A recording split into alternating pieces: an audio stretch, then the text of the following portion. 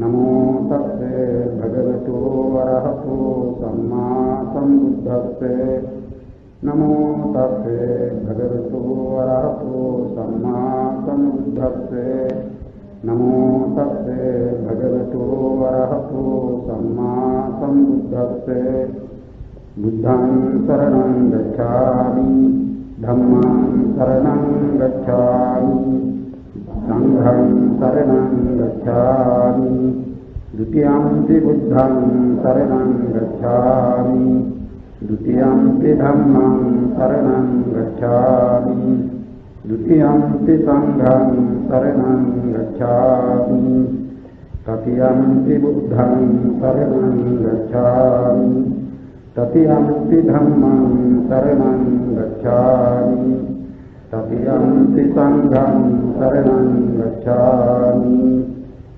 पानातिपाता वेरमणि सिक्खापदं समादयामि अदिन्नादाना वेरमणि सिक्खापदं समादयामि कामेषु मिथ्याचारा वेरमणि सिक्खापदं समादयामि मुसावादा वेरमणि सिक्खापदं समादयामि पिशुना वाचा वेरमणि सिक्खापदं समादयामि हरुषा वाचा वेरमणि सिक्खापदं समादयामि संसप्पलापा वेरमणि सिक्खापदं समादयामि मिथ्याजीवा वेरमणि सिक्खापदं समादयामि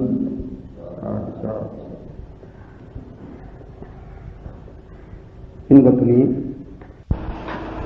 අප පසුගිය දිනේ විරෝධ සමාපatti වීතිය පිළිබඳවයි කතා කළේ. ඊළඟට අභිධර්මාර්ථ සංග්‍රහයේ එනවා පාඩමක් අර්පණා ජවන වාරය කියලා. ඒ අර්පණා ජවන් පිළිබඳව කෙරෙන විස්තරයක් ඒක. ඒ අර්පණා ජවන් පිළිබඳව දැනගත යුතු කරුණු කීපයක් එහි සඳහන් වන්නේ. ඒ අර්පණා ජවන්නේ කියලා කිව්වේ මහත්ගත ලෝකෝත්තර ජවන් සිත් 26ට. මහත්ගත ජවන් 18ක් තිබෙනවා. ලෝකෝත්තර ජවන් 8ක් තිබෙනවා. මහත්ගත ජවන් 18යි කියවේ රූපාවචර කුසල් 5යි අරූපාවචර කුසල් 4යි කියන නවයක්.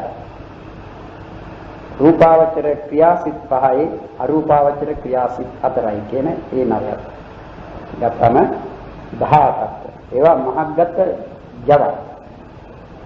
දැන් ලෞකික සිත් අතර විපාක සිත් තිබෙනවා. ඒ විපාක සිත් වල නැහැ ජවන කෘත්‍යය.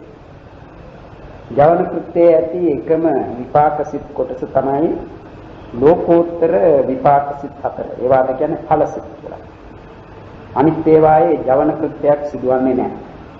ඒ නිසා මේ මහත්ගත ලෝකෝත්තර ජවන් කියලා දක්වන මේ 26ට ඇතුළත් වන්නේ මහත්ගත වලින් කුසල් හා ක්‍රියා. ලෝකෝත්තර කුසල් හා විපාක. ලෝකෝත්තර විපාක වලට කියන්නේ ඵල සිත් කියලා. ධර්මයේ ජවන් සිත් 26 උපදනා වූ යම් චිත්ත වීති පිළේ නම් ඒවාට කියන්නේ අර්පණා ජවන වීති කියලා. කියන අර්පණා ජවන් ලැබෙන චිත්ත වීති. ඒ අර්පණා ජවන් පිළිබඳව නැත්නම් අර්පණා ජවන් ලැබෙන චිත්ත වීති ගැන කතා කරන විට ඒ අර්පණා ජවනයන් ලැබෙන චිත්ත වීති වලට ලැබෙන අරමුණ පිළිබඳව විභූත අවිභූත කියලා භේදයක් දක්වන්නේ නැහැ. විභූත කීවේ ප්‍රකට අරමුණ, අවිභූතේ කීවේ අප්‍රකට අරමුණ. ඒ ප්‍රකට අප්‍රකට විභූත අවිභූත කියන ඒබඳු භේදයක් මේ අර්පණා ජවන් ලැබෙන සිත් පිළිබඳව ඒ චිත්ත වීති පිළිබඳව ඒ චිත්ත වීති වල අරමුණ පිළිබඳව දක්වන්නේ නැහැ. විභූත අවිභූත කියලා බෙදලා. ඒ මොකද ධ්‍යාන මාර්ග ඵල කියන මේවානේ ඒ අර්පණා ජවන් වලට ඇතුළත් වන්නේ. ධ්‍යාන මාර්ග ජප ඵල ධ්‍යාන මාර්ග ඵල කියන මේවා. ඒවා වැඩිමේදී ඒවා උපදවා ගැනීම සඳහා කරන භාවනාවේදී කමඨහන් වැඩිමේදී ඒ කසිනාදී අරමුණු හොඳටම ප්‍රකට වන්නට ඕන. එහෙම අප්‍රකට වූ අරමුණක ධ්‍යානයක් මාර්ග ඵලයක් එහෙම ලබන්නට බෑ. ඒවා ප්‍රකටවම වැටහෙන්නට ඕන. ඒ නිසායි විභූත අවිභූත කියලා භේදයක් නැත්තේ කියන්නේ. ඒ ප්‍රකටවම වැටහෙන්නට ඕන නම් ඒ අවිභූත කියලා තව අප්‍රකටව වැටහීමකුත් ඇතේ කියලා දක්වන්නට කාරණයක් නැහැ. ඒ නිසායි විභූත අවිභූත කියන ભેදයක් ඒ අර්පණා ජවන් ලැබෙන චිත්ත වීති වල ඒ ආරමුණු පිළිබඳව දක්වන්නේ නැහැ. ඒ නිසා ගත යුතුව තිබෙන්නේ ඒවා විපූතවම ප්‍රකටවම අරමුණු වෙනවයි. දැන් මාර්ගසිත ඵලසිත කියන මේවාට අරමුණ වන්නේ නිවන.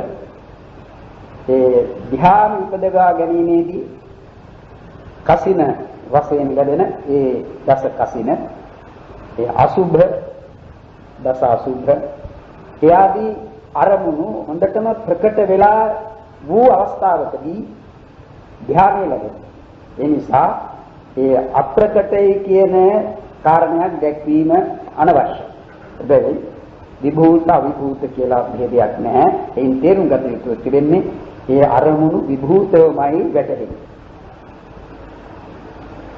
ඊළඟට ඒ අර්පණා ජවන් පිළිබඳව අර්පණා ජවන් ලැබෙන චිත්ත වීති පිළිබඳව දැනගත යුතු තව කරුණක් තමයි ඒ චිත්ත වීති වල තදාරම්මන ඉපදීමකුත් නැtei කියන්නේ. තදාරම්මනේ කීවේ ඒ ජවනියෙන් ගත්ත අරමුණෙහිම එල්බගෙන හටගන්නා විපාකසිත 11කින් කෙරෙන කෘත්‍යයක්. තදාරම්මන කෘත්‍යය. ඒ වචනේම තේරුම තදාරම්මන කියන්නේ සංආරම්මන කියන එකයි. තදාරම්මන. මේ ජවනේම අරමුණ ගන්නා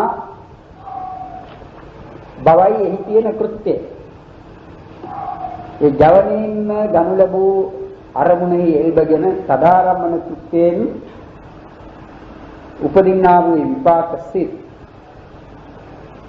කාමාවචර ජවන් වලට අනුතුරුවමයි උපදින්නේ. ඒ නිසා අර්පණා ජවන් පිළිබඳ කතා කිරීමේදී අර්පණා ජවන වීතීන් පිළිබඳව ඒ වීතිවල සදාරම්මන උපදින්නේ නැtei කියන එක ඒ නිශ්චිතවම දැනගන්නට. සදාරම්මන ඉදීමකුත් නැහැ.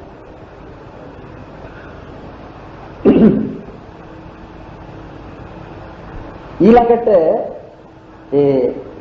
දැන් ධ්‍යානය හෝ මාර්ගය හෝ එහෙම ලැබෙන්නේ නැත්නම් ඵලය ඵල සමාපත්තියට සමවැදීමේදී ඵලසිත ලැබෙන්නේ ඊට పూర్වෙහි උපදනා කාම ජවනයන්ට අනුකූලව කාමාවචර ජවන් ඒ කාමාවචර ජවන් ඥාන සංප්‍රයුක්ත ජවන්ම වෙන්නට ඕන. ඒක. අර්පණා ජවන් ලැබෙන චිත්ත වීති බල අර්පණාවට කලින් දැන් අර්පණාවේ කීවේ අපි ධ්‍යානය එහෙම නැත්නම් මාර්ගය එහෙම නැත්නම් ඵලය. ඒ ඵල සමාපත්තියේදී ඵලසිත උපදින්නට කලින් මාර්ග චිත්ත වීතියේදී මාර්ගය උපදින්නට කලින් ධ්‍යාන චිත්ත වීතියේදී ඒක ආදි කර්මික ධ්‍යාන වීතියෙහි වේවා සමාපජ්ජන ධ්‍යාන වීතියෙහි වේවා ඒ ධ්‍යානය උපදින්නට කලින් උපදනා වූ පරිකර්ම උපචාර අනුලෝම ගෝත්‍ර භූ වශයෙන් උපදනා වූ ඒ උපචාර සමාධි ජවන් හැම විටම ඥාන සංප්‍රයුක්ත වන්නට ඕන. ඥාන සංප්‍රයුක්ත කාමාවචර කුසල් සිත් හෝ ක්‍රියාසිත වන්නට. කුසල් සිත් වන්නට ඕන ඒ ධ්‍යාන ලබන තැනත්තා හෝ තැනත්තා පෘථග්ජනෙකු නම් එහෙම නැත්නම් සෝවාන් සකදාගාමි අනාගාමි කියන. රහතන් වහන්සේ නම් ක්‍රියාසිත ලැබෙනවා. ඒ ක්‍රියාසිත වේවා කුසල්සිත වේවා ඒ උපචාර සමාධි ජවන් වශයෙන් අර්පණාවට කලින් උපදනා වූ ඒ කාමාවචර සිත කුසල්සිත වූ ක්‍රියාසිත ඥාන සංප්‍රයුක්ත එකක්ම වෙන්නට. දැන් ඥාන විප්‍රයුක්ත කුසල්සිත හතරක් තිබෙනවා. ඥාන විප්‍රයුක්ත ක්‍රියාසිත හතරක් තිබෙනවා. ඒවා කිසි විටක අර්පණා ජවන වීතියක ලැබෙන්නේ නැහැ. අර්පණා ජවන් ලැබෙන චිත්ත වීතියක ඒ පරිකර්ම උපචාර අනුලෝම ගෝත්‍ර භූ වශයෙන් හෝ බෝධාන වශයෙන් හෝ ඒ මොන ආකාරයකින්වත් ඥාන විප්‍රයුක්ත සිත් උපදින්නේ නැහැ. ඥාන සම්ප්‍රයුක්තම වෙන්නට.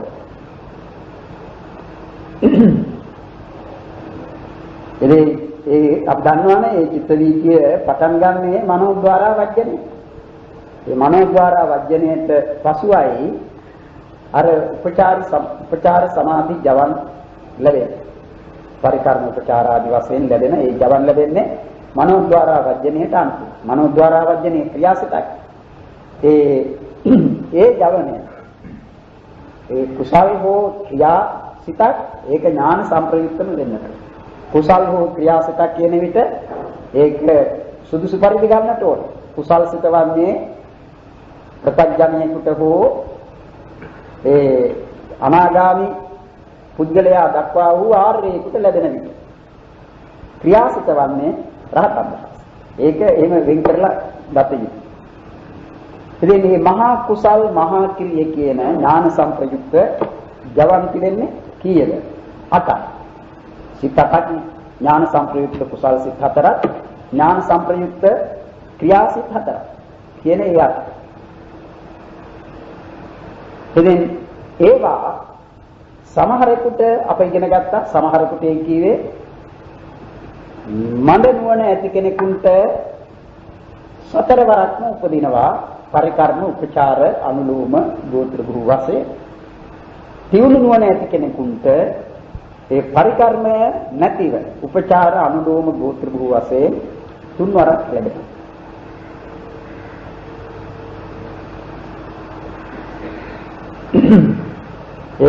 එතකොට ඒවාටයි මේ නම දීලා තිබෙන්නේ. උපචාර සමාධි ජවන්. ඒක මතක තබන්න. උපචාර සමාධි ජවන්. ඒ විදිහට උපචාර සමාධි ජවන් කියන්නේ අර්පණා සමාධියට කලින් ලැබෙන සමාධිය. උපචාර සමාධිය කියන්නේ. ඒ උපචාර සමාධි වශයෙන් ලැබෙන ඒ ජවන්. ඒවා කාහට ලැබුණත් කොතැනදී ලැබුණත් ලබන පුද්ගලයා කවරෙකු වුවත් ඒ ඔක්කොම කාම ජවන. ඒක මතක තියාගන්න. කාම ජවන, කාමාවචර කුසල් හෝ කාමාවචර ක්‍රියා. ඒ නිසා ඒවා කාම ජවන. දැන් ඒ රූපාවචර අරූපාවචර ජවන් මේ උපචාර සමාධි ජවන් වශයෙන් උපදින්නේ නැහැ. ඒවා ලැබෙන්නේ අර්පණා වශයෙන්. ඒකට මේ කමඨහන් වඩන පුද්ගලයන්ගේ තිබෙන වෙනසක් නේ. කවර හෝ කමඨහනක් වඩන පුද්ගලයා පිළිබඳව ඇති වෙනස නම් එක්කෝ ඒ තනත්තා මඟ නුවණ ඇති කෙනෙක්, එහෙම නැත්නම් ඒ තනත්තා තියුණු නුවණ ඇති කෙනෙක්. දැන් සමහර විට මේ වඩන තනත්තා උපතින්මලක් නුවණ නැති කෙනෙක් වෙන්නටත් පුළුවන්. උපතින්ම නුවණ නැති පමණින් ඒ තනත්තාට අන්‍ය අවස්ථාවලදී නුවණ උපදින්නේ නැtei කියන්නේ නැහැ. ඒ සුදුසු කරුණු ලැබුණු කලදී ඒ නුවණ උපදින්නට පුළුවන්. ඒ ධ්‍යාන මාර්ග කියන මේ එක්ක උපදනා වූ නුවණ නම් උපදින්නේ නැහැ. ඒ උපතින්මලක් නුවණ නැති බව. එහෙම තත්ත්වයක් තියෙනවා. උපතින්මලක් නුවණ තිබෙන්නට ඕන මේ අර්පණා ජවන් උපදවන්න. එබැවිනුයි මේ ප්‍රඥා, මන්ද ප්‍රඥා, තික්ක ප්‍රඥා, මන්ද නුවණ ඇති තැනැත්තා, තියුණු නුවණ ඇති තැනැත්තා කියන ඒ බෙහෙදේ දක්වනවා. මන්ද නුවණ ඇති එක්කෙනාට උපචාර සමාධි ජවන් 4කුත්, තියුණු නොනැති එක්කෙනාට උපචාර සමාධි ජවන් තුනකුත් කියන මේවායින් ඒ කෘත්‍ය සම්පූර්ණ වෙනවා. මේ ධ්‍යානයට මාර්ගයට පැමිණෙන්නට කලින් ඒ ඇතිවිය යුතු ඒ తත්වය සම්පූර්ණ වෙනවා. තියුණු නොනැති එක්කෙනාට ජවන් 3කින්, මඳ නොනැති එක්කෙනාට ජවන් 4කින්. ඒ සම්පූර්ණ නැහැ කියන්නේ ඒ ධ්‍යානය හෝ මාර්ගයේ ඵලය ලැබෙනවා. ඒ මඳ නොනැති එක්කෙනාට උපචාර සමාධි ජවන් 4කට පස්සේ පස්වෙනිය ලැබෙන්නේ අර්පණාව. තියුණු නොනැති එක්කෙනාට උපචාර සමාධි ජවන් 3කට පස්සේ 4වෙනිව ලැබෙන්නේ අර්පණාව. ඒකට අර්පණා කියන විට එක්කෝ ධ්‍යානෙ, එහෙම නැත්නම් මාර්ගය, එහෙම නැත්නම් ඵලය.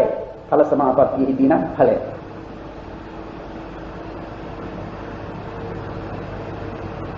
දැන් ධ්‍යාන උපදවන ධ්‍යානයකුයි උපදවන්නට කෙනෙක් කැමති.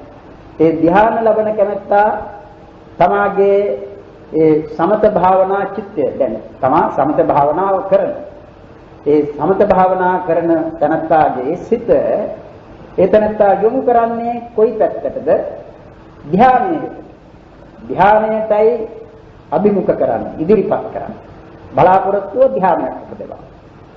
මාර්ගඵල ලබන තැනැත්තා, ඒ මාර්ගඵල සඳහා භාවනා කරන තැනැත්තා තමන්ගේ විදර්ශනා චිත්තය ඉදිරිපත් කරන්නේ, අභිමුඛ කරන්නේ මාර්ගඵලයක්. ඒක යථාභිනීහාර වශයෙන් කියලා. ඒ පාඨයක්. අර්පණා ජවන වාරය ගැන කියන තැන එහෙම එනවා මේ ඒ අප්පනා ජවන වාරේ පන විභූතා විභූත භේදෝ නැති යථා කථා තදා ලම්බනුපාදෝච අර්පණා ජවන වාරෙහි බණාහි. ඒ කියන්නේ අර්පණා ජවන් ලැබෙන චිත්ත වීතිවල බණාහි විභූත අවිභූත කියා අරමුණු පිළිබඳ භේදයක් නැත. ඒ අරමුණ ප්‍රකටවමයි වැටහෙන්නේ, විභූතවමයි වැටහෙන්නේ. ඒ අරමුණු සියල්ලම විභූතවම වැටවෙන බැවින් අයිමුතුෙන් විභූතයි අවිභූතයි කියන්නට ඕනේ නැහැ. ඒ නිසා විභූත අවිභූත කියලා ભેදයක් නැත. ඒ වගේම තථා තදාලම්බන උපාදෝච්ච එසේම තදාලම්බනයන්ගේ ඉපදීමක්ද නැත. මේ අභිධර්මාර්ථ සංග්‍රහ පාඨය දැන් අප කියපු ඒවා පිළිබඳව එන්නේ තත්ත්‍යෙහි ඥාන සම්පයුක්ත කාමාවචර ජවනාන මට්ඨම්නම් අඤ්‍යතරස්මින් පරිකම්මෝ පචාරාවලෝම ගෝත්‍ර භූනාමේන චතුක්ඛත්තුම් තික්ඛත්තුමේවවා යථාක්කමං uppajjitva niruddhe තදනන්තරමේව යථාරහං චතුත්තං පංචමං වා චබ්බීසති මහග්ගත ලෝකුත්තර ජවනේසු යථාභිනිහාර වශයෙන් යං කිංචි ජවනං අප්පනා වීති මෝතර තතෝ පරං අප්පනාවසානේ භවංග පාතෝ කියන්නේ එහි ඒ අර්පණා ජවන වාරෙහි කියන්නේ ඒ අර්පණා ජවන වාරෙහි ඥාන සංප්‍රයුක්ත කාමාවචර ජවන් අට අතුරෙන් යම් කිසි එකක් ඒ එක චිත්ත වීතියක එක සිතක් මේ අට අතුරෙන් යම් කිසි එකක් නේ ඒ අඤ්‍යතරස්මින් පරිකම්මෝ පචාරානුලෝම පරිකර්මය උපචාරය අනුලෝමය ගෝත්‍ර භූ කියන මේ නාමයන්ගෙන් නාමයෙන් චතුක්ඛත්තු සතර වරක් හෝ තික්ඛත්තුම් මේව තික්ඛත්තුම් ඒවවා තුන් වරක්ම හෝ යථාක්කමං පිළිවෙලින් uppajjitva niruddhe ඉපද නිරුද්ධ වූ කල්හි තදනන්තර නේව ඊට අනතුරුවම යථාරහං සුදුසු පරිදි චතුත්ථං පංචමං වා සතරවැනිව හෝ පස්වැනිව හෝ ඒ කීවේ ඒ උපචාර සමාධි ජවන් තුනක් නම් ඇති වුණේ සතරවැනිදා. උපචාර සමාධි ජවන් හතරක් නම් ඇති වුණේ පස්වැනිදා. ඒකයි චතුත්ථං පංචමං වා චබ්බීසති මහග්ගත ලෝකුත්තර ජවනේසු 26ක් වූ මහග්ගත ලෝකෝත්තර ජවනයන් අතුරෙන් මේ මහග්ගත ලෝකෝත්තර ජවන් තිබෙනවා 26ක්. කිව්ව අර්ථනා ජවන්නේ ඒ 26 අතුරෙන් යථාභි නීහාර වශයෙන් තමාගේ සිත යොමු කරන ලද්දේ කියන්නේ තමාගේ භාවනා කර්මය යමක් විනිනා තමා කරන්නේ සමත භාවනාවක් නම් තමාගේ සිත යොමු කරන්නේ ධ්‍යානයක් උපදවා ගැනීමට තමා වැඩිවේ විදර්ශනාව නම් යොමු කරන්නේ මාර්ගය ඵලයේ උපදවන්නේ. ඉතින් අනේකයි යථාභිනීහාර වශයෙන් තමාගේ අභිනීහාර යොමු කිරීම ඒ හැරින්නේ ඒකට යථාභිනීහාර වශයෙන් යම් කිංචි ජවන ඒ ජවන් 26 අතුරෙන් යම් කිසි එකක් අප්පනා වීතින් ඕතරති අර්පණා වීතියට ඒ කියන්නේ අර්පණා ජවන් ලැබෙන මේ චිත්ත වීතියට ඕතරති බැස ගන්න. ඒ කියන්නේ ජවනිය උපදී. තතෝ පරං අප්පනාවසානි ඒක අනතුරුව ඒ අර්පණා ජවනය ඉපද නැති වුණාට පසු භවංග පාතෝ හොත භවාංග පතනය වේ. කියන්නේ භවාංගයට සිත වැටේ.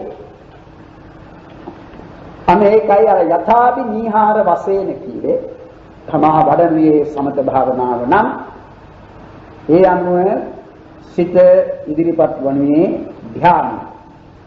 විදර්ශනාව නම් මාර්ගයේ ඵලයට. ඉතින් ප්‍රථම ධ්‍යානයේ උපදවා ගැනීමට නම් සිත යොමු කළේ ලබන්නේ ප්‍රථම ධ්‍යානය. අනේ විදිහට. ධ්‍යානයක් උපදවා ගන්නට කරන භාවනාව සමත භාවනාව වශයෙන් මාර්ගඵල ලබනු පිණිස කරන භාවනාව විදර්ශනා භාවනාව වශයෙන් දක්වා. ඒ කර්මස්ථානේ හිමයි දක්වා. සමත කර්මස්ථානය විදර්ශනා කර්මස්ථාන. කර්මස්ථාන දෙකක්. සමත කර්මස්ථානයේ කීවේ ධ්‍යාන උපදවා ගැනීම සඳහා කරන භාවනා ඒ විදර්ශනා කර්මස්ථානයේ කියන්නේ මාර්ගඵල උපදවා ගැනීම පිළිබඳව කර ඒ වඩන කර්මස්ථාන.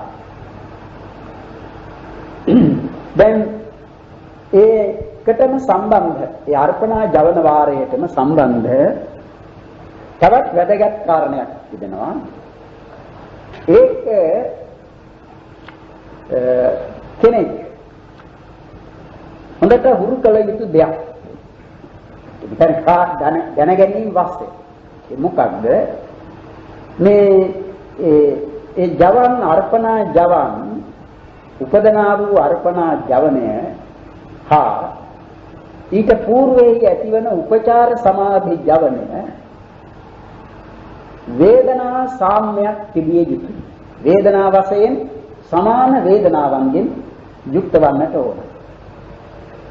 දැන් උපචාර සමාධි ජවනය සෝමනස්ස සහගත නම් අර්පණා ජවනය සෝමනස්ස සහගත නම් උපචාර සමාධි ජවනය උපේක්ෂා සහගත නම් අර්පණා ජවනය උපේක්ෂා සහගත නම් ඒකත් ඒ පාඩමේම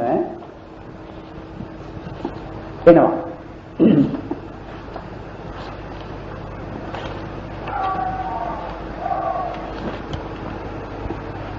තත්ත සෝමනස්ස සහගත ජවනානන්තරං අප්පනාපි සෝමනස්ස සහගතාව පාටිකංතබ්බා. ඒ අර්පණා ජවන වාරයේහි සෝමනස්ස සහගත ජවනයකට අනුතුරුව ලැබෙන අර්පණාවද සෝමනස්ස සහගතම විය යුතුයි.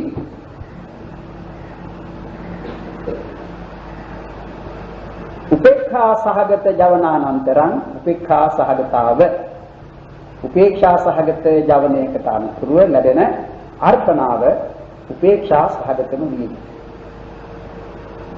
ඒ වගේම තත්ථාපි කුසල ජවනානන්තරං කුසල ජවනං චේව හෙතිමංච ඵලත්තේ මත්තේති. ඒ වගේම කුසල ජවනයකට අනුතුරුව ලැබෙන අර්පණා ජවනය කුසල ජවනයක්ම හෝ යට ඵල සිත් තුන විය යුතුයි. යට ඵල සිත් කියේ සෝතාපට්ටි ඵලය, සෝවාන් ඵලය, සකදාගාමි ඵලය, අනාගාමි ඵලය කියන ඵල සිත් විය යුතුයි. ක්‍රියා ජවනයකට අනතුරුව උපදනා වූ අර්පණා ජවනය ක්‍රියා ජවනයක් හෝ අරහත් ඵලය විය යුතුයි.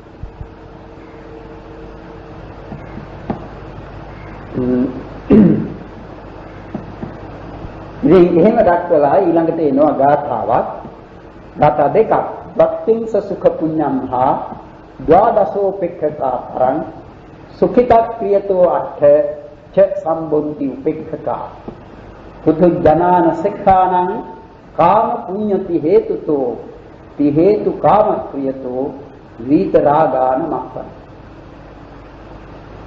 ඉතින් මාසාත් වෙනවා ඉගෙන ගන්න කාලෙදී මේ ගාථාවෙන් දැක්වෙන ගාථාවලින් දැක්වෙන ස්වરૂප කාගේවත් උදව්වක් නැතිව තමාගේම මේ හැකියාව දැකීම වශයෙන් උදුරා දැක්වුවොත් බුදුම රටේ සුදු ඇතෙක් කෑට දෙනවා. ද්වක්තිංස සුඛ පුඤ්ඤම් හා ද්වාදසෝ පෙක්ඛකා පරං සුඛිතා ක්‍රියතෝ අට්ඨ ච සම්බුද්ධි උපේක්ඛකා. දැන්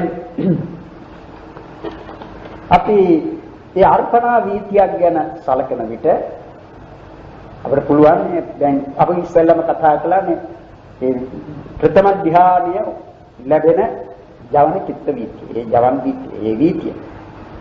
ඒකට කියන්නේ අර්පණා ජවන වීතිය. ආදි කර්මික ධ්‍යාන වීතිය කියලා ඉගෙන ගත්තේ. ඒ ආදි කර්මික ධ්‍යාන වීතියෙහි පටන් ගැනීම මනෝද්වාරා වචන.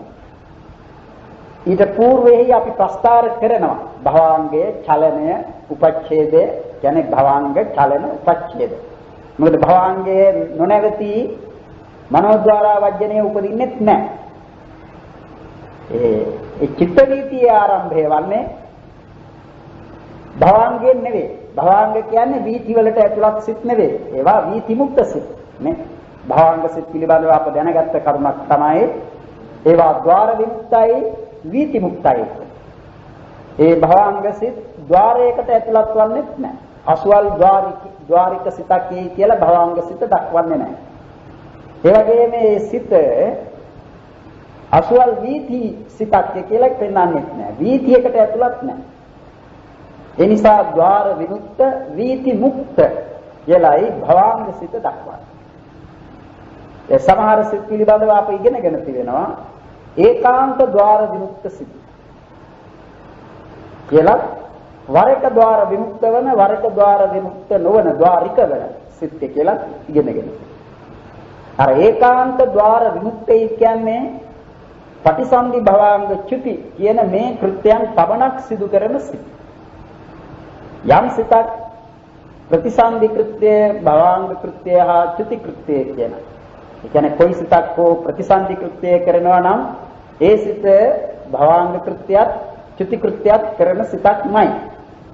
අනේ එහෙම ප්‍රතිසන්ධි භවාංග චුති කෘත්‍යවත් සිත් ඒ ප්‍රතිසන්ධි භවාංග චුති කියන කෘත්‍යයන් පමණක් සිදු කරන සිත් ඒකාන්ත ద్వාර විමුක්ත සිත් මෙන්ම ඒකාන්ත වීති මුක්ත සිත්.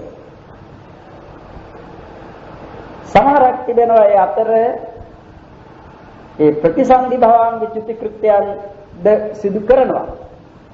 වෙන අවස්ථාවලදී ద్వාරික සිත් වශයෙන් සම්තිරණ කෘත්‍ය හා තදාරම්මන කෘත්‍ය කරනවා. දැන් උපේක්ෂා සහගත සම්තිරණ සිත් දෙක පටිසන්ධි භවාංග චුති කෘත්‍ය කියන මේ කෘත්‍ය තුනට අතිරේකව චිත්ත වීතිවලදී ඒ පංචද්වාරික චිත්ත වීතිවලදී සම්තිරණ කෘත්‍යයක් කරනවා. ෂඩ්වාරික චිත්ත වීතිවලදී තදාරම්මන කෘත්‍යයක් කරනවා. මහා විපාක සිතට පටිසන්ධි භවාංග චුති කියන ඒ කෘත්‍යයන් සිදු කරන අතර ద్వාර සයෙහි තදාරම්මන කෘත්‍යයක් කරනවා. ඒතර තදාරම්මන කෘත්‍යය සිදු කරන අවස්ථාවේදී ඒ සිත් ద్వාරිකව ලැබෙන. යම් කිසි ద్వාරයක ලැබෙන සිත්. එක් චක්කු ద్వාරේ, සෝත ద్వාරේ, ඒ විදිහට ద్వාරික වෙන ඒ තදාරමණ ලැබෙන චිත්ත වීතිය. අනේ එහෙම වීතියක් ලැබෙන විට ඒක හැම විටම යම් කිසි ద్వාරයක ලැබෙන. ద్వාරික සිතක් ඇතිවෙන. ඒක ద్వාර විමුක්තත් වන එක අවස්ථාවකදී ద్వාර විමුක්ත. ශබ්දාරිකත්වය. අර උපේක්ෂා සහගත සම්තිරණත් එහෙමයි.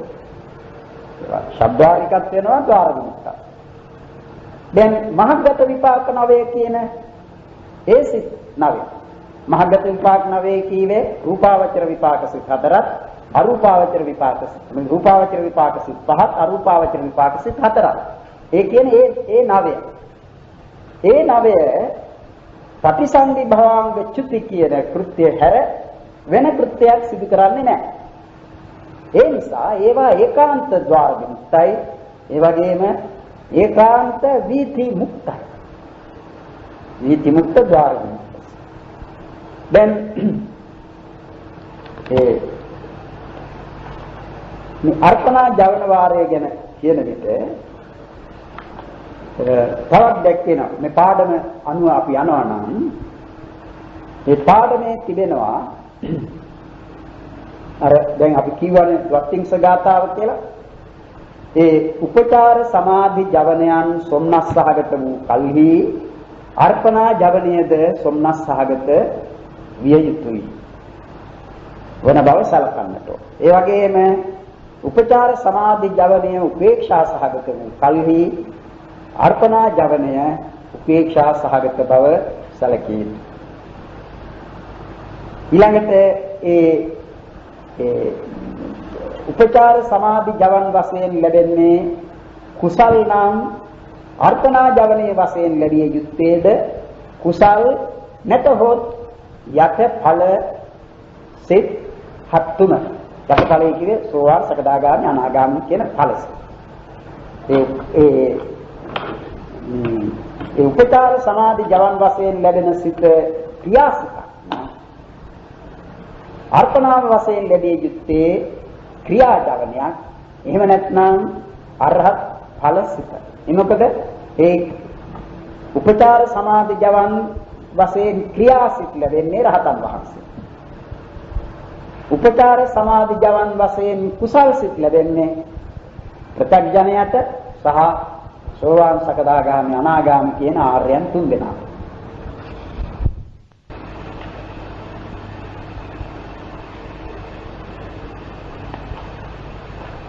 දැන් මේ පාඩම ගැන කියනවා නම් ද්වත්තිංස සුඛ පුඤ්ඤම්හා. ද්වත්තිංස සුඛ පුඤ්ඤම්හා. සුඛ පුඤ්ඤම්හා කීවේ සෝමනස්ස සහගත ඥාන සංප්‍රයුක්ත කුසල් සිත් දෙකට පරවතින. සෝමනස්ස සහගත ඥාන සංප්‍රයුක්ත කුසල් සිත් දෙකට පරව ලැබෙන අර්පණාවෝ 32කි. සෝමනස්ස සහගත ඥාන සංප්‍රයුක්ත ජවන් සිත් කීයක් තියෙනවා කුසල ජවන්? සෝමනස්ස සහගත ඥාන සංප්‍රයුක්ත අසංඛාරික කුසල් සිත, ඒ වගේම සසංඛාරික කුසල් සිත. මේ දෙකෙන් යම ඒ උපචාර සමාධි ජවන් වුණොත් මේ දෙකෙන් කොයි එක හරි උපදින්නට පුළුවන් මේ යම් චිත්ත වීතියක අර්පණා ජවන වීතියක. එහෙම අපි එහෙම කියමු ප්‍රස්තාරය කරනවා නම් භවාංග චලන උපච්ඡේද මනෝද්වාරා වජ්ජන පරිකර්ම උපචාර අනුලෝම ගෝත්‍ර භූ. ඒ පරිකර්ම උපචාර අනුලෝම ගෝත්‍ර භූ කියලා නම් කරන්නේ මේ සෝමනස්ස සහගත ඥාන සංප්‍රයුක්ත කුසල් සිත් දෙක අතුරෙන් යමක් නා. ඒ දෙකම අපි ගන්නෙ මෙතෙන්ට. එකවර උපදින්නේ නැහැ. ඒ දෙකම එකක් උපදිනවා සතරවරක්. ඒකයි එහෙම ඒ ජවන් ඉදීමේ එහෙමනේ. එක සිතක් කීප වරක් උපදිනවා. ඉතින් මේ සෝමනස්ස ජවන් සිත් කුසල් සිත් දෙකට පරව ලැබෙන අර්පණ. දැන් අර්පණාව ඊළඟට අපිට පුළුවන් අර්පණාව ප්‍රස්තාර දක්වන්න ප්‍රස්තාරයෙන්. ඒ අර්පණාව වශයෙන් මොනවද දක්වන්නට තිබෙන්නේ? සෝමනස්ස කුසල ජවණයට අනතුරුව අර්පණාව වශයෙන් ප්‍රථම ධ්‍යාන කුසලය, ဒုတိ ධ්‍යාන කුසලය, තෘතිය ධ්‍යාන කුසලය, චතුර්ථ ධ්‍යාන කුසලය. මොකද එහෙම දැක්කේ චතුර්ථ ධ්‍යාන කුසලය දක්වා ඒ හතරම සෝමනස්ස වේදනාවෙන් යුක්තයි. විතක්ක, විචාර, පීති, සුඛ ඒකග්ගතා සහිත කියලා පළමුවෙනි එක. දෙවෙනි එක විචාර, පීති, සුඛ ඒකග්ගතා. තුන්වෙනි එක පීති, සුඛ ඒකග්ගතා. හතරවෙනි එක සුඛ ඒකග්ගතා. එතන සුඛ කියලා කිව්වේ සෝමනස්සය. ඒ නිසා ඒ ධ්‍යානසිත හතරම ප්‍රථම ධ්‍යාන, ဒုတိ ධ්‍යාන, තෘතිය ධ්‍යාන, චතුර්ථ ධ්‍යාන. මේ පංචකණයේ හැටියට ඒ මුලින් කියවෙන ධ්‍යාන හතරම සෝමනස්ස සහගතයි. ඒ නිසා ඒ උපචාර සමාධි ජවන් වශයෙන් ලැබෙන්නේ ඥාන සංප්‍රයුක්ත කුසලේ නම් අර්පණාව වශයෙන් මේ කියන ලද හතරින් කවර එකක් හෝ ලැබෙත හැකියි. දැන් අපි ගනිමු ප්‍රථම ධ්‍යානයේ කෙනෙක් උපදවාගෙන සිටිනවා. ඒතනත්තා ဒုတိ ධ්‍යානය සඳහා පරිකර්ම කරලා ဒုတိ ධ්‍යානය උපදවන්නේ. ඒ ဒုတိ ධ්‍යානය උපදවන විටත් ඔහුට මේ කුසල් සිත උපචාර සමාධි ජවන් වශයෙන් ලැබී අනුතුරුව ලැබෙනවා අර්පණාව වශයෙන් ဒုတိ ධ්‍යාන කුසලය. අනේ විදිහට. එහෙම හතරක්. ඊළඟට එතනින් ඉවර නැහැ. අපි කිව්වේ 32ක් කියලානේ. ද්වත්තිංස සුඛ පුඤ්ඤම් හා. ඊළඟට එන්නේ මාර්ගය උපදවනවා නම් කියන්නේ. ඒ කියන්නේ දැන් ඒ භාවනා කරලා තමා විදර්ශනා කරනකොට ඒ ළඟට මාර්ගය උපදවනවා, මාර්ගඵල උපදවනවා. ඒක මාර්ග වශයෙන් ලැබෙනවා නම් මාර්ග හතරම දක්වන්නට ඕනේ. මාර්ග හතරම. සෝවාන්, සකදාගාමි, අනාගාමි, අරහත් කියන මාර්ගසිත හතරම. මාර්ගසිත හතරටම කලින් ලැබෙන්නේ කුසලයෝනේ උපචාර සමාධි ජවන් වශයෙන්. දැන් එහෙම ගත්තම මාර්ගසිත ප්‍රථම ධ්‍යාන, ဒုတိ ධ්‍යාන, තෘතිය ධ්‍යාන, චතුර්ථ ධ්‍යාන කියන ඒ ධ්‍යාන සතරින් යුක්ත මාර්ගසිත කීයක් ලැබෙනවද? මාර්ගසිත 16ක්. 16ක් ලැබෙනවනේ. ප්‍රථම ධ්‍යාන මාර්ගසිත 4යි. ဒုတိ ධ්‍යාන සංප්‍රයුක්ත මාර්ගසිත 4යි. තෘතිය ධ්‍යාන, චතුර්ථ ධ්‍යාන. ඒක 16යි. 4යි 20යි. ඊළඟට දැන් මේ තැනත්තා මාර්ගඵල උපදවපු. අපි ගන්න මාර්ගඵල උපදවපු සෝවාන්, සකදාගාමි, අනාගාමි පුද්ගලයන්. ඒ තුන් දෙනා තමා ලබා තිබෙන ඵලයට සමවදී. ඒ ඵලයට සමවැදීමේදී උපදනා උපචාර සමාධි ජවනය ඥාන සංප්‍රයුක්ත ජවනයක්ම බව දන්නවනේ අපි. ඒක සෝමනස්ස සහගත නාම. දැන් අපි කතා කළේ සෝමනස්ස සහගත කුසල ජවනය නාම.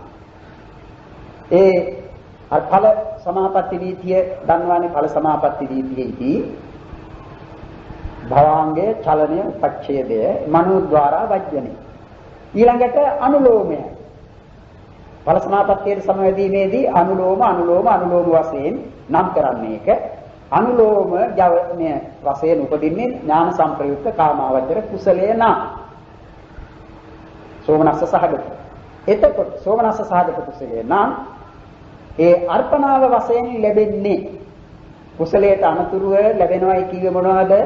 එක්කෝ කුසල ජවනේ නැත්නම් යටඵල ජවන්. ඒ යටඵල ජවන් කියන්නේ සෝවාන්, සකදාගාමි, අනාගාමි කියන ඒ ඵලය. ඒ ඵලන් ප්‍රථම ධ්‍යාන, ဒုတိ ධ්‍යාන, තෘතිය ධ්‍යාන, චතුර්ථ ධ්‍යාන වශයෙන් ගත්තම කීයක් තියෙනවද? 12යි. 3 4 12යි. ඒකට 12යි 16යි ඉස්සල කිව්වේ 16යි කියලානේ. නෑ. ඉස්සල ඉස්සක් කිව්වා 4යි 16යි 20යි මෙතන 12යි. කීයද? 32යි නේ. ඉස්සෙල්ලා කියන හතරක්. ඉස්සෙල්ලා හතර ඒ කියේ ප්‍රථම ධ්‍යාන, ද්විතිය ධ්‍යාන, තෘතිය ධ්‍යාන, චතුර්ථ ධ්‍යාන කියන ධ්‍යාන කුසල් හතර. ඊළඟට කීවේ මාර්ග කුසල් 16. 16. දැන් කීවේ ඵල ජවන් 12 නේ. 12. ප්‍රථම ධ්‍යාන, ද්විතිය ධ්‍යාන, තෘතිය ධ්‍යාන, චතුර්ථ ධ්‍යාන, සෝවාන්, සකදාගාමි, අනාගාමි කියන ඵල ජවන් 12. එතකොට කීයද? 32. ඒක තමයි ද්වත්තිංස සුඛ පුඤ්ඤම් හා කියන්නේ. ද්වත්තිංස සුඛ පුඤ්ඤම් හා සෝමනස්ස සහගත ඥාන සංප්‍රයුක්ත කුසල් සිත් දෙකට පරව උපදනා වූ අර්පණා ජවනයෝ 32 කි. එනම් ප්‍රථම ධ්‍යාන, ද්විතිය ධ්‍යාන, තෘතිය ධ්‍යාන, චතුර්ථ ධ්‍යාන වශයෙන් ලැබෙන කුසල් සිත් හතරක්, ප්‍රථම ධ්‍යාන, ද්විතිය ධ්‍යාන, තෘතිය ධ්‍යාන, චතුර්ථ ධ්‍යාන වශයෙන් ලැබෙන මාර්ග ජවන් 16ක්, ප්‍රථම ධ්‍යාන, ද්විතිය ධ්‍යාන, තෘතිය ධ්‍යාන, චතුර්ථ ධ්‍යානික ඵල ජවන් සෝවාන්, සකදාගාමි, අනාගාමි වශයෙන් ලැබෙන ඵල ජවන් 12. උදාහරණයක් දත්තිංස සුඛ පුඤ්ඤම් හා ද්වාදසෝ පෙක්ඛකා පරං. ඒ කියන්නේ උපේක්ෂා සහගත ඥාන සංප්‍රයුක්ත කුසල් සිත් දෙකට පරව උපදනා වූ අර්පණා ජවන් කීයද? ද්වාදස 12කි. 12. දැන් උපේක්ෂා සහගත ඥාන සංප්‍රයුක්ත අසංඛාරික කුසල් සිත, සසංඛාරික කුසල් සිතේ කියලා එහෙම කුසල් සිත් දෙකක් තියෙනවා. ඒ දෙක අර අප කලමු කී පරිදි මනෝද්වාරා වජ්ජනය පරිකර්ම උපචාර අනුලෝම ගෝත්‍ර භූ වශයෙන් දක්වනුයේ මේ උපේක්ෂා සහගත ඥාන සංප්‍රයුක්ත කුසල් සිත් දෙක අතරින් යමක් නම් උපදනා වූ අර්පණා 12යි කියේ. ඒ 12යි කීවේ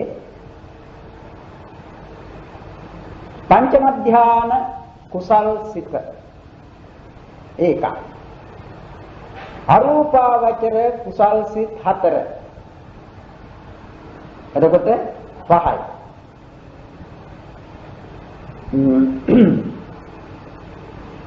පහයි කුසල් සිත්. කුසල් සිත් කියන්නේ නේ 5යි. ඊළඟට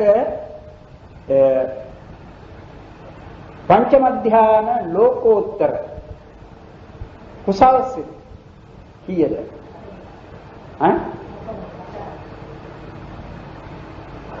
පංචම ධ්‍යාන ලෝකෝත්තර මාර්ග සිත් 4නේ.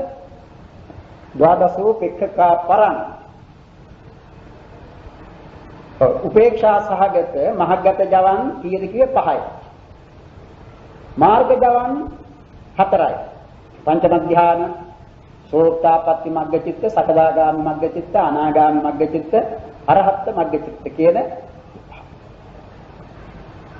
ඒ යට ඵල ජවන් 3. කුසලයෙන් ගත්තේ උපචාර සමාධි ජවනයේ වශයෙන්. ඒ නිසා යට ඵල ජවන් 3 කීවේ පංචම ධ්‍යාන සෝතාපට්ටි ඵල චිත්තය, සකදාගාමි ඵල චිත්තය, අනාගාමි ඵල චිත්තය.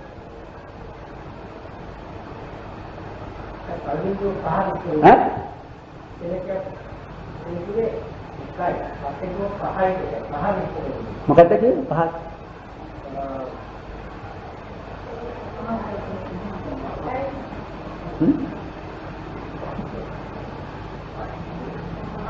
දත්තිංස සුඛ පුඤ්ඤම් මහා කියන එක අපි ගත්තා.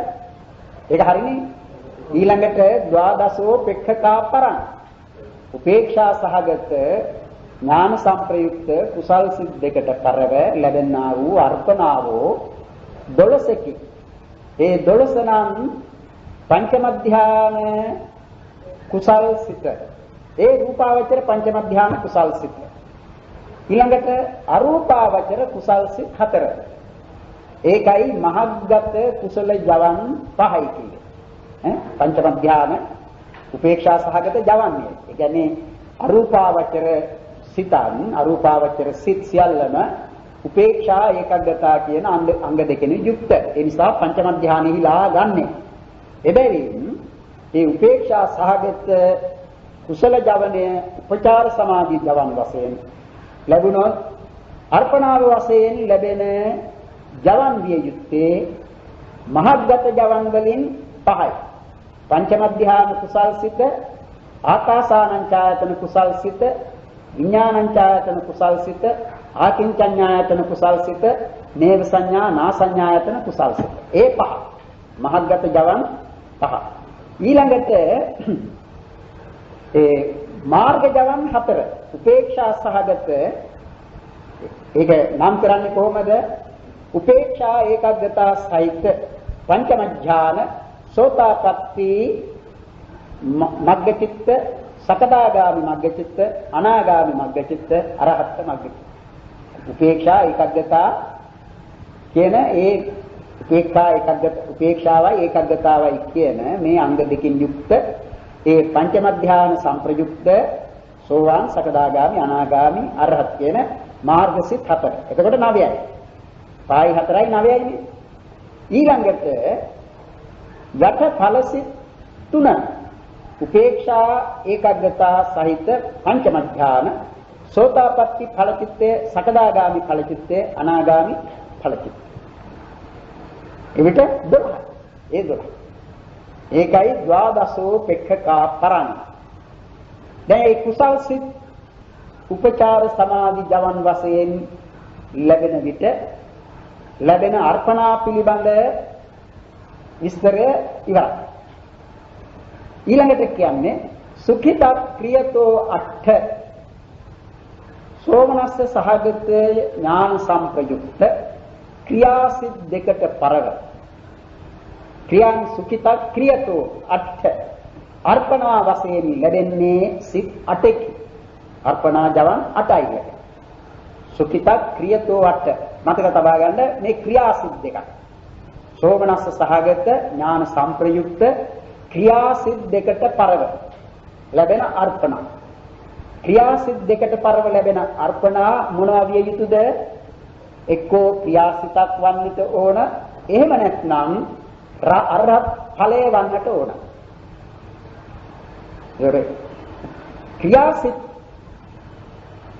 උපේක්ෂා සහගත සුඛිත ක්‍රියත සෝමනස්ස සහගත ක්‍රියාසිත දෙකට පරව ලැබෙන අර්පණා වශයෙන් ලැබෙන ක්‍රියාන මොනවාද? ඒ ප්‍රථම ධ්‍යාන, ဒုတိ ය ධ්‍යාන, තෘතිය ධ්‍යාන, චතුර්ථ ධ්‍යාන ක්‍රියාසිත 4.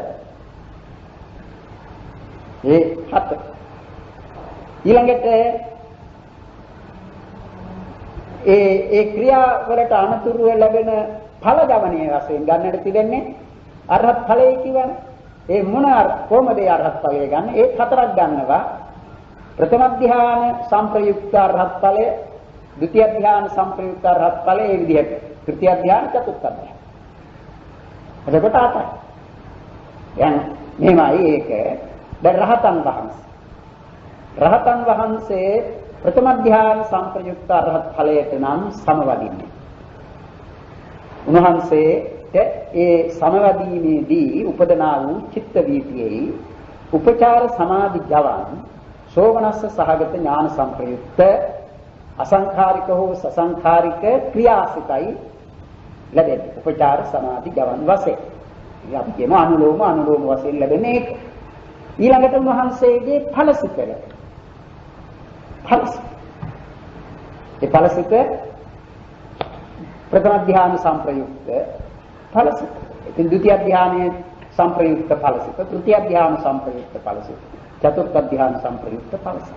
ये विधियत सोमनस्स सहागत ज्ञान संप्रयुक्त क्रिया सिद्धिකට පරව ලැබෙන අර්පණාවෝ 8කි දීවේ ක්‍රියාසිත 4. අර්පණා වශයෙන් ලැබෙන ක්‍රියාසිත 4 හා අර්පණා වශයෙන් ලැබෙන අරහත් ඵලසිත 4.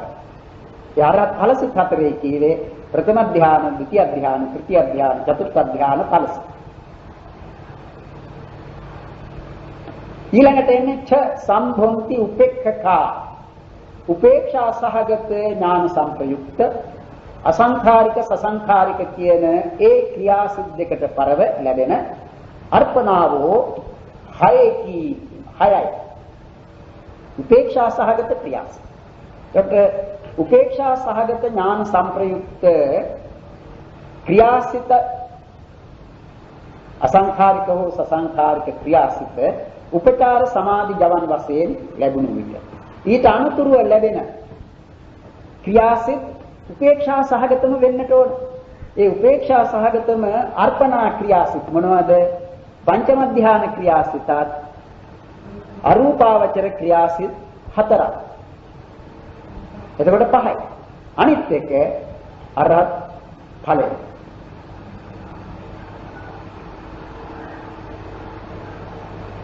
පංචම ධ්‍යාන සංප්‍රයුක්ත අරහත් ඵලය.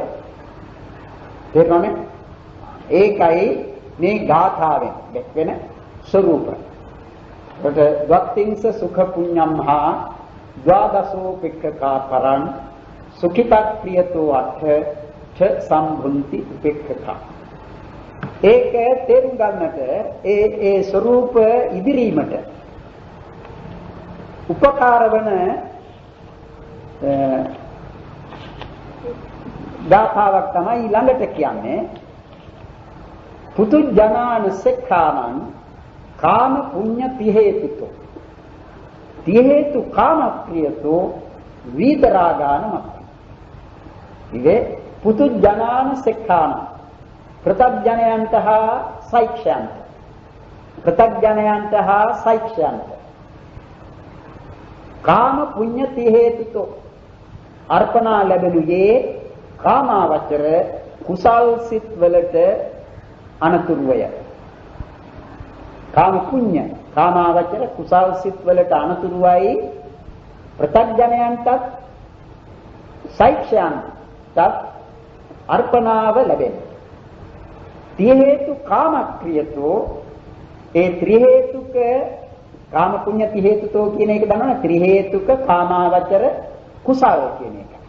ත්‍රි හේතුක කාමාවචර කුසල් වලට අනතුරුවයි ප්‍රත්‍යඥයන්ට හා සෛක්ෂයන්ට අර්පණාව ලැබෙනුයේ.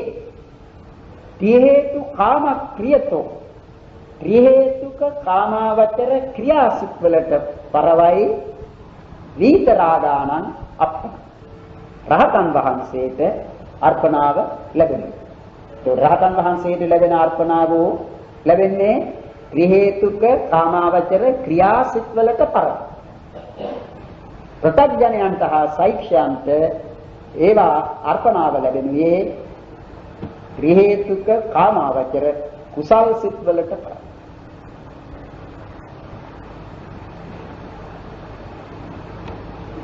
එදින් සෝමනස්ස සහගත ජවනානන්තරං අප්පනාපි සෝමනස්ස සහගතාව පාටිකංකිතප්ප. ඒකයි කියන්නේ. සෝමනස්ස සහගත ජවනානන්තර සෝමනස්ස සහගත ජවනයකට අනුතුරුව ලැබෙන අර්පණාවත් සෝමනස්ස සහගතාව සොම්නස් සහගතම විය යුතුය. කුසල ජවනානන්තරං කුසල ජවනාන් හෙට්ටිමන්ත ඵලං හේමක්ති. කුසල ජවනයකට අනුතුරුව ලැබෙන අර්පණාව කුසල ජවනයක්. එහෙම නැත්නම් යට ඵල තුන. උපේක්ෂා සහගත ජවනානන්තරං උපේක්ෂා සහගතාව උපේක්ෂා සහගත ජවනයකට අනුතුරුව ලැබෙන අර්පණාව උපේක්ෂා සහගතමයි. කුසල ජවනානන්තරං කුසල ජවනාන් ඒ ලැබෙන කුසල ජවනයට අනුතුරුව ලැබෙන අර්පණාව කුසල ජවනයක් හෝ හෙට්ටිමංච ඵලත්වය මක්ඛී යට ඵල තුන විය යුතුයි. කිරිය ජවනානන්තරං කිරිය ජවනං අරහත් ඵලං චාප්ති.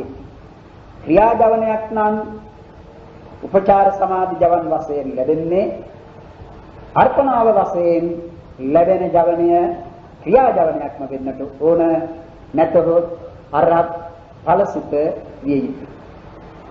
සොම්නස් සහගත ජවනයකට අනුතුරුව ලැබෙන අර්පණාවද සොම්නස් සහගතමයි. ඒ අර සුදුසු පරිදි ගන්නට ඒ දක්වලා තිබෙනවා.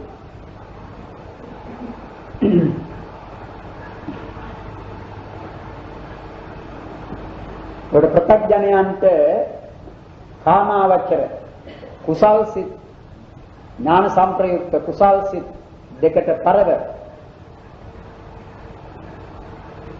පෘථග්ජනයන්ට හා යට පලස්තයන් තුන් දෙනාටත් ලැබෙන්නේ මොනවද?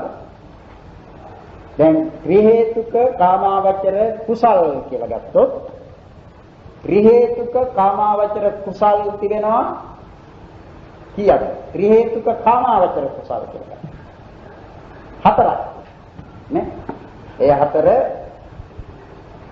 සෝමනස්ස සහගත දෙකයි උපේක්ෂා සහගත දෙකයි. ඥාන සංප්‍රයුක්තේ වන්නේ ත්‍රි හේතුක වන්නේ ඥාන සංප්‍රයුක්ත වීම නිසා ඒ ත්‍රි හේතුක කාමාවචර කුසල් වලට පසුව ලැබෙන අර්පණා සිත් කීයක් තියනවද?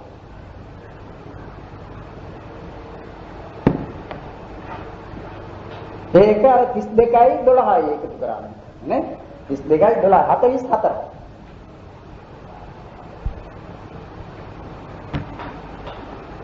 ඒ කීවේ කොහමද? දත්තිංස සුඛ පුඤ්ඤම් හා ද්වාදසෝ පෙක්ඛකා පර. මේ දෙක මාර්ගය. සුඛ උපේක්ෂා කියන ඒ කුසල් වලට පරව ලැබෙන අර්පණා එකතු කිරුවාම ත්‍රි හේතුක කුසල් සිත් හතරක් තිබෙනවා. ඒ හතරට අනුතුරුව ලැබෙන අර්පණා. ඒ කියන්නේ සොම්නස් අර්පණාවන් සොම්නස් කුසලයට අනුතුරුව ලැබෙන අර්පණා 32යි උපේක්ෂා කුසලයට අනුතුරුව ලැබෙන අර්පණා 12යි කියන මේ දෙක එකතු වුණාම 47යි.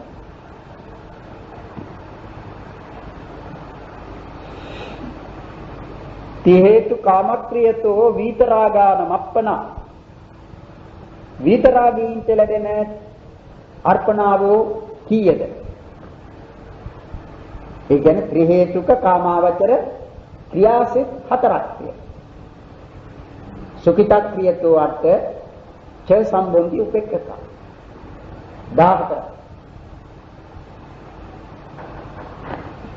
14 නේ. සුඛිත ක්‍රියතෝ අට සෝමනස්ස සහගත ක්‍රියාසිත දෙකට පරව ලැබෙන අර්පණාවෝ 8යි ච සම්බොන්ති උපේක්ඛක උපේක්ෂා සහගත ක්‍රියාසිත දෙකට පරව ලැබෙන අර්පණාවෝ 6යි. මේ දෙක එකතු වුණාම 14. ඒතකොට රහතන් වහන්සේට අර 44 ලැබෙන්නේ ප්‍රත්‍යඥයන්ට සහ ඒක එකතු කරලා ගත්තේ එහෙමනේ ප්‍රත්‍යඥයන්ට සහ සෛක්ෂා. ඉතින් එක එක පුද්ගලයෙකුට ලැබෙන අර්පණාත් ඒ අනුසාරයෙන් සොයා ගන්නට ඕන. නේද? එක එක පුද්ගලයෙකුට ලැබෙන. දැන් අර්පණා ජවන් ලැබෙන්නේ කාටද?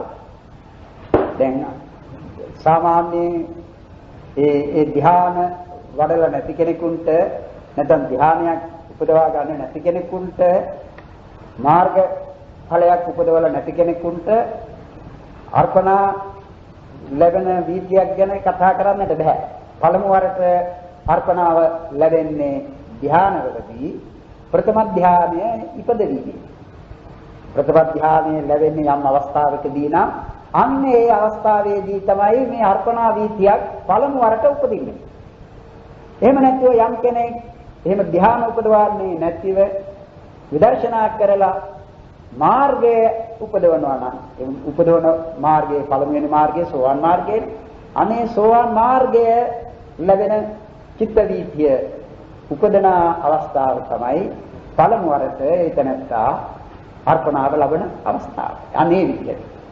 එහෙම නැතුව දැන් සාමාන්‍යයෙන් කෙනෙකුට අර්පණාව උපදින්නේ නැහැ. අපට උපදින්නේ මොනවාද? අර්පණා නෙමෙයි. අපට උපදින්නේ අකුසල් හා කුසල් කියන ඒ කාමාවචර කුසල්. අකුසල් කාමාවචර කුසල්. කාමාවචර කුසල් නම් 8ක් තිබෙනවා. ඒ 8 කොයිතරම් කාලයක් නැත්නම් මොනතරම් කුමක්ද සීමාව? ධ්‍යානයේ හෝ මාර්ගය කියන මේ ලබන තුරුම අපට ලැබෙන්නේ කාමාවචර කුසලය. ඒ නිසා දැන් ඒ සමත භාවනා කරන කෙනෙක්. සමත භාවනා කරන තැනත්තා තමා ඉදිරියේ තබාගත් කසිනාදී අරමුණක් හෝ එහෙම නැත්නම් Taman මේ වෙන අර දෙතිස් කුණපාදී වශයෙන් එන එබන්දක් හෝ භාවනා කරනවා. ඉතින් මේ භාවනාව Tamanට ඒ අරමුණ ප්‍රකට වෙලා වැටෙනවා. එහෙම ප්‍රකටව වැටහිලා අර මේ කසිනාදියක් නම් උග්ඝා නිමිත්ත, පටිභාග නිමිත්ත කියන මේවාත් ලැබී භාවනාව කරගෙන යන විට උපදනාසිත කාමාවචර කුසල්සිත. කාමාවචර කුසල්සිත. ඉතින් ඒ කාමාවචර කුසල්සිත එහෙම ඉපදිලා ධානය ලැබෙන අවස්ථාව වන විට එතනත්තාට කාම ඉතින් ධානය ප්‍රථම ධානය කියන්නේ සෝමනස්ස සහගත සිතක්. සුඛය තියෙනවනේ ඒකේ. විතක්ක ਵਿਚාර පීති සුඛ. ඒ නිසා ඒ ධානය ප්‍රථම ධානය ලැබෙන අවස්ථාවේදී ඒ චිත්ත වීතිය මනෝද්වාර වජ්ජනයට අනුසුරුව ඒ කසිනේ අපි ගනිමු කසිනේයි කියලා මෙතනත්තාගේ අරමුණ කසින ප්‍රතිභාග නිමිත්තෙහි එල්බගෙන උපදනා වූ ඒ උපචාර සමාධි ගවන් වශයෙන් ලැබෙන සෝමනස්ස සහගත ඥාන සංප්‍රයුක්ත අසංඛාරික කුසල්සිත කියලා අපි ගනිමු. අසංඛාරික කුසල්සිත පරිකර්ම වශයෙන් නාමයෙන් උපචාර අනුලෝම ගෝත්‍ර. එන හතරවරක් උපදිනවා. ඒ වාර හතරදී එක එක නමක් දක්වලා තිබෙනවා. පරිකර්ම, උපචාර, අනුලෝම ගෝත්‍ර භූ. ඊළඟට ප්‍රථම ධ්‍යාන.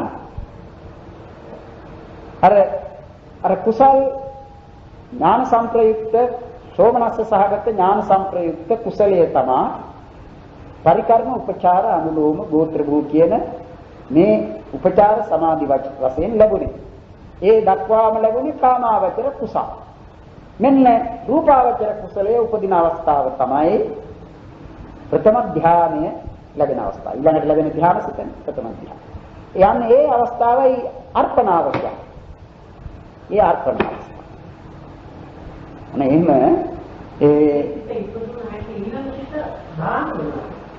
මොකද?